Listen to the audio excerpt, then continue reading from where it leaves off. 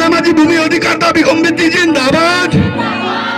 মাটির অধিকার লাগিবই, মাটির অধিকার লাগিবই। অসম সরকার হাই হাই, অসম সরকার কাম নাই, অসম সরকার কাম নাই। উত্তর ধেমাজি ভূমি অধিকার দাবী সমিতি জিন্দাবাদ।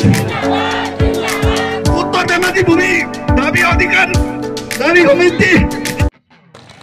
আপুনি বিজেপি কৰি যদি বিজেপিৰ মঞ্চত আপোনালোকৰ মাটিৰ সমস্যাটো আমি উপস্থাপন কৰিব নোৱাৰোঁ, কংগ্ৰেছ কৰি যদি কংগ্ৰেছৰ মঞ্চত আমি মাটিৰ সমস্যাটোৰ কথা উপস্থাপন কৰিব নোৱাৰোঁ, গণশক্তি কৰি যদি গণশক্তিৰ মঞ্চত আমি আমাৰ সমস্যাৰ কথা উপস্থাপন কৰিব নোৱাৰোঁ, তেনেহ'লে আপোনালোক কি কাৰণত কি কৰিবৰ কাৰণে ৰাজনৈতিক সংগঠন কৰি আছে?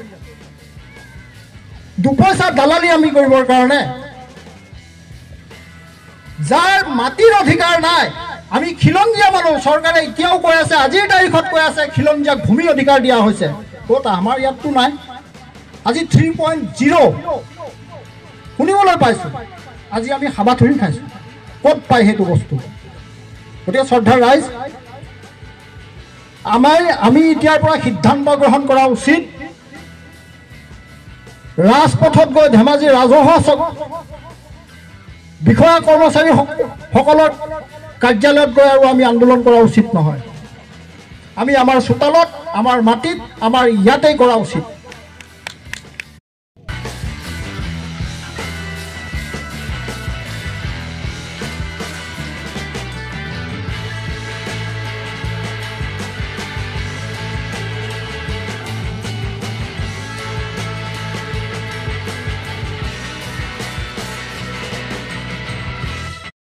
ধেমাজি গাঁও পঞ্চায়তৰ আধাতকৈও বেছি অংশ আজিলৈকে জৰীপ হোৱা নাই।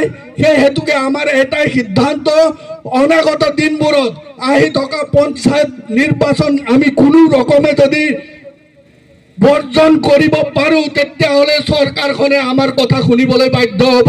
যদি পঞ্চায়ত নিৰ্বাচন বৰ্জন কৰোঁতে যদি আমাৰ কথা নুশুনে, তেতিয়াহ'লে আমি আকৌ বিধানসভাৰ নিৰ্বাচন বৰ্জন কৰিম, তাৰ পিছত আকৌ লোকসভাৰ নিৰ্বাচন বৰ্জন কৰিম। বৰ্জন কৰাৰ পিছতো যদি নুশুনে, তেতিয়াহ'লে গণতান্ত্ৰিক আন্দোলন ঘোষণা কৰি দিম।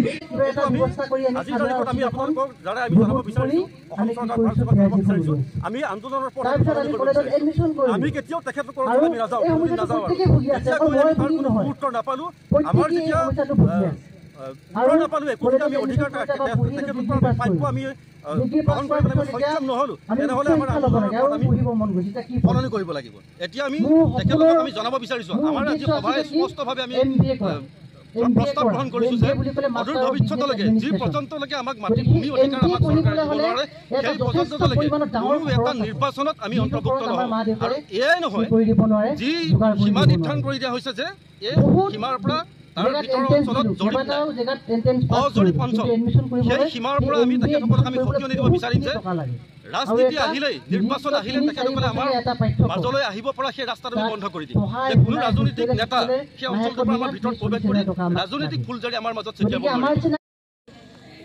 আমাৰ এই অঞ্চলত উত্তৰ ধেমাজিৰ অজৰীপ এই বৃহত্তৰ অঞ্চলটি যি পৰ্যন্তলৈকে অসম তথা ভাৰত চৰকাৰে আমাক ভূমি অধিকাৰ প্ৰদান নকৰে, সেই মুহূৰ্তলৈকে বা সেই দিনলৈকে আমি যিকোনো নিৰ্বাচনত ভোট বৰ্জন কৰিম। ৰাইজ একমত বুলি ধৰি লৈছো।